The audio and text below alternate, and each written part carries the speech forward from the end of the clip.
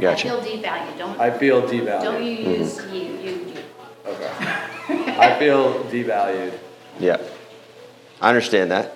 But when I asked you... Thank you for your feedback. Thank you for your feedback. Thank you for your feedback. I love this. All right.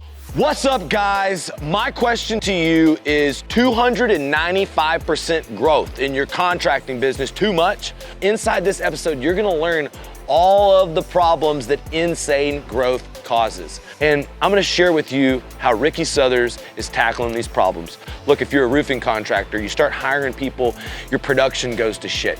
You start going door to door, but you can't figure out how to get your marketing. Or for instance, like with Ricky, he started spending a lot of money on marketing. He needed money to keep up with the leads, and he needed a way to maximize the campaign. Sometimes follow-up was lost. Ricky has grown his business. When he first came into our program, he was doing $2.3 million in sales with 3 people.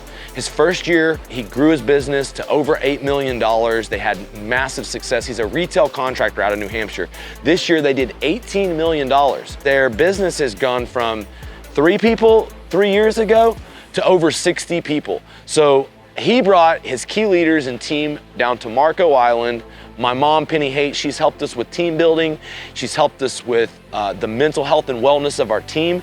She is helping me do what we've done for our RCA manager workshops, which is team building exercises. And inside of this episode, we're gonna give you 10 different things that you need to look out for when you're going through insane growth. So let's go inside Southers Construction's Manager's Workshop. Moto Run 2022.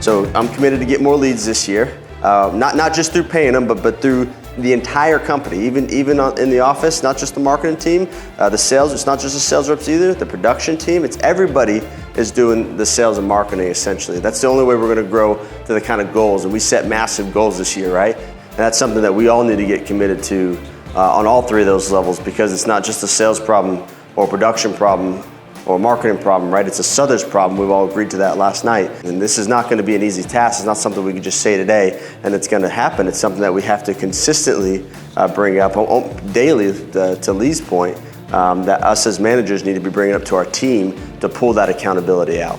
And we're investing into this, because Ricky is the best guy to take the ideas, align with my vision, and execute them. It's no wonder from 2.3 million to 8 million to $18 million, y'all are set up to do crazy things. So it's been an honor, it's been a pleasure. I've really enjoyed it. Appreciate y'all having me. Appreciate it.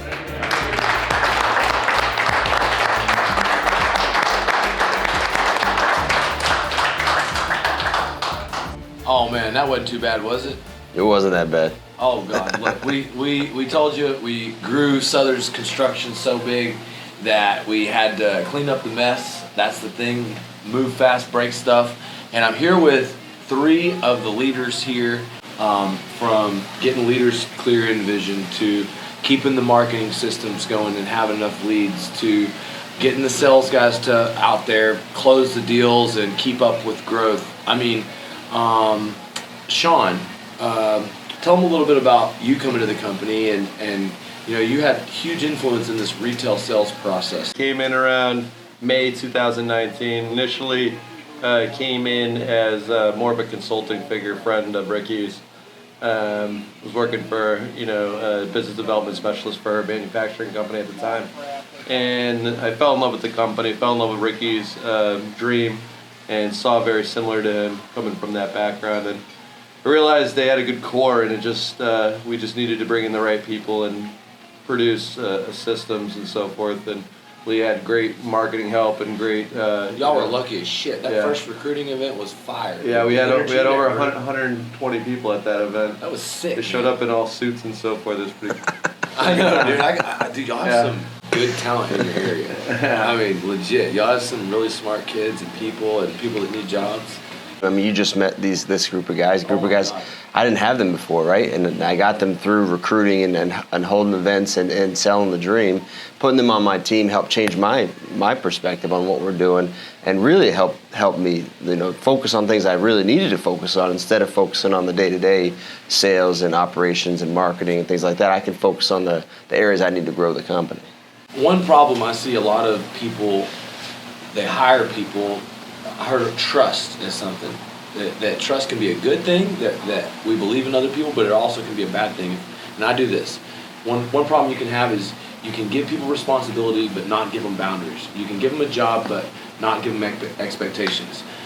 Always say you can expect, but you can't expect what you don't expect. And without KPIs and numbers and accountability, as a company scales as fast as you have, what have been some of the challenges that you've had with giving people a lane to stay in? So I'd say, as far as perseverance goes, failure is not an option for me, right? So whatever it is I have to do, whatever it takes is going to happen. A lot of times I take the harder road, especially with, like you just said, with trust, putting people on my team, that I wanted them to succeed. I wanted the sales teams. I wanted those guys in production, and I wanted them to succeed to the point where I would not set, like you said, set boundaries, and then accountability wasn't always there because they were giving me at least a portion of what I needed, and until I could, figure it out with other people, that it created a problem for me for a little bit. To the point where the guys 18 months ago, when I brought some of these guys on, I started implementing more of the system. I started making that change and growth. None of those people are here. Because you want drama, all right? Let's be real. I came into town, Sean thought I was full of shit, didn't you? 100%. There we go. There goes the real conversation. Whenever the owner goes and hires a coach or some guru who's supposed to grow your business, like this fucking guy. I do storm restoration insurance, and you come from a retail background. I mean, tell me about your feelings and what it was like, especially since you have more retail sales experience than me. So for me, it was humbling to see somebody that was in a different facet of roofing. It's rare that I come across somebody that's got the talent that Lee has. I mean, him and I battled it out the first day simply because it was a matter of who had bigger balls in the Well, street now let's knowledge. bust Ricky's balls a little bit. 'Cause Ricky got shit today because he gets all gung-ho on his way. And he's an activator, just like me. We can start different things. What was the feedback you got today that kind of shocked you? Was that shocking to you, hearing some of that stuff? Some of it was shocking to me, and some of it wasn't easy to not respond, especially since I felt like I had the answer, right? But I'll, like what Penny said, it's their perspective, and I had to respect that. So, and if that's their perspective, clearly I'm doing something to generate that. So you're right, it was hard to take that information in. But at the same time, you have to take feedback. It's Right. weird. It's a weird thing. And I've learned that my ego, it kind of prevents me from listening to feedback sometimes. What was the biggest takeaway you got from it? There's clearly one, I think from a personal level, there's clearly Apparently one you're underlying. squirreling around like a little squirrel, trying to be Mr. Important. Yeah, you're trying to do too many things for sure, and that's a general consensus by a lot of the people. But I think the thing that I can stand by and that makes me, that gives me the motivation that I have is that I have a team that backs everything that I do and that is motivated to be successful through what we've created. Absolutely. So that's a pretty cool takeaway from what we did today. If you write down all the people in your company, and chances are the owner and 2 or 3 key people in the company are doing a lot of different things. You're doing marketing and sales, and you're doing a little bit of productions and accounting, and you're doing a little bit of collections and problem solving in the beginning. Now, of course, you've grown and you're delegating as much as possible. We talked about doing a 1-page plan of attack a long time ago, but did you ever, you did that originally, right? We went to their boot camp, and I signed up for those guys, the class. Did you ever do that and go through that stuff and push it down there? Was it a big part of? I didn't do it as a team as much as I should have. Okay. Because we're gonna basically just get everybody on board with the core values. Right. and you see how it's okay, like your core values, that your team knows what you're about. You have to have that all clear in writing, and you have to reiterate it all the time because you don't get to talk to them all the time. They don't get to be around you all the time. Yeah. And I think I had good culture, but the culture suffered when I grew from 10 to 20 million because I didn't have it really in like a Bible on the walls, in like a doctrine. And now it's like reciting something that's a part of our DNA. Yeah. So that really, the way I deal with it is start operating with profit as an absolute and not accepting it any other way. And the only way to really do that is to create numbers for each person or KPIs through our scorecards and then hit them every week. And they can't be, there's no other option. You have to operate this way.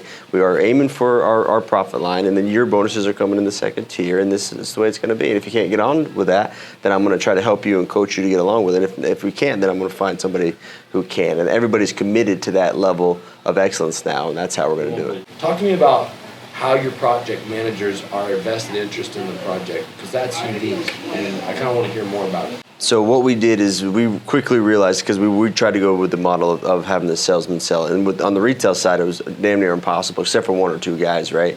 So we switched to the salesman selling, doing the PII, the pre-install inspection, passing it off into the production manager. And what we realized, same with sales, we need to have him invested. We need to have him have skin in the game to make sure that this project goes the way that it needs to go. So we, being a project manager, we offered him a salary, but then we also tied it to pay. But now that the salesman wasn't doing it, we took that percentage and put it into the base model that we pulled out same time as the profit, and then we pay them based off of what they pull in off of that. So they're building profitable jobs and making sure they're profitable, then they get rewarded off of a volume. Taking feedback from your team at that level, what that book helped you, what were your biggest dysfunctions? Did y'all have politics in your organization? Who? Absolutely. Yeah, a lot of politics. Yeah, absolutely. You have infighting? I mean, I think that we touched probably everything from that book related to us, quite honestly. I would say that one of the biggest takeaways I had from the book was that our departments, we knew they were pointing the fingers, but the solution was as easy as like every department needed to learn each other's, right? And then at the end of the day, if you could put yourself in the shoes of another department, you really don't have any finger pointing, because at the end of the day, you know that one hand washes the other. Like you always think that it's so much easier on the other side of the road, but the reality is like it's not. It's not. You know, sales thinks that they come to work with a risk, or we're risk of no sale, no reward, right? Operations guys thought that, the sales guys make all this money. You know what I mean? So like they always looked at each other as like, the other guy has it easier. And kind of washed their hands of their job once they were done, they passed it along. So I think like reading the book, it just brought a lot of realization that we only roll down the hill together. We can't, nothing moves smooth if it's got corners. It's got to be perfect, and we got to work together. So I'd say as far as the dysfunctions go, I think ours was definitely on the accountability side. I mean, it'd be lying if I wouldn't say that it wasn't a little bit of all of them for sure. But we had a hard time of the accountability to the team, and what we came to realize last night and today as well is that we're committed as a team to not have sales problems or production problems or marketing or finance problems, right? They're all Souther's problems, and then we need to start going in between the departments so that way we can build up each other, because we have knowledge on there, and then we can understand them on that side of things. So listen to the other side of the problems together in an open forum like that helped tremendously. I think that the way that Penny guided us through it, whereas if I could just imagine if it wasn't there, I don't think we would have made it through half of it, because it would have been a lot of the defending side of things. These guys are going to be sharing their story from the Blue Collar American Dream Conference. It's an incredible story of hope. You don't need a storm. All you need is leads, salesmen, the ability to create video, and a retail sales process that these guys have really kind of proven is a better way to do business. Yeah, 100%. Especially with the marketing side or lead side, as we started getting them, we were grinding out because we needed it, right? We needed it to be successful. We needed the leads and we had to get there. We had a little bit smaller of a group to feed. And then what happened was we created this process. We thought it was gold, so we let it run, and it wasn't us running it. We wasn't like, we didn't go to it every day like we were before to deliver and hit it home because we wanted to drive the success. We put the process in place and expected other people to do it instead of carrying that foot along. And I even stopped doing videos there for a little bit myself, and that's something that can't happen again. That's the accountability that I'm talking about, and now I'm paying for it. It was a part of your heartbeat in sales. It was you didn't have a door-to-door heartbeat as much, but you had a digital door-to-door heartbeat. Right. And so what we talked about was your managers and your sales guys being responsible to not let that fucking heartbeat die. Right. And to realize that that's a part of protecting the house. Dude, this company is going to be one of the biggest and baddest roofing companies in America. What do you prefer more, and what do you think? Is smaller better than big? I mean, what do you think? I mean, is there, do they have some truth to that argument? Maybe you should stay $5 to $7 million. Yeah, I'd say if you're looking at strictly in numbers, maybe, and that's what you wanted, then go ahead. I think that it's a wild thing to ever want to think that.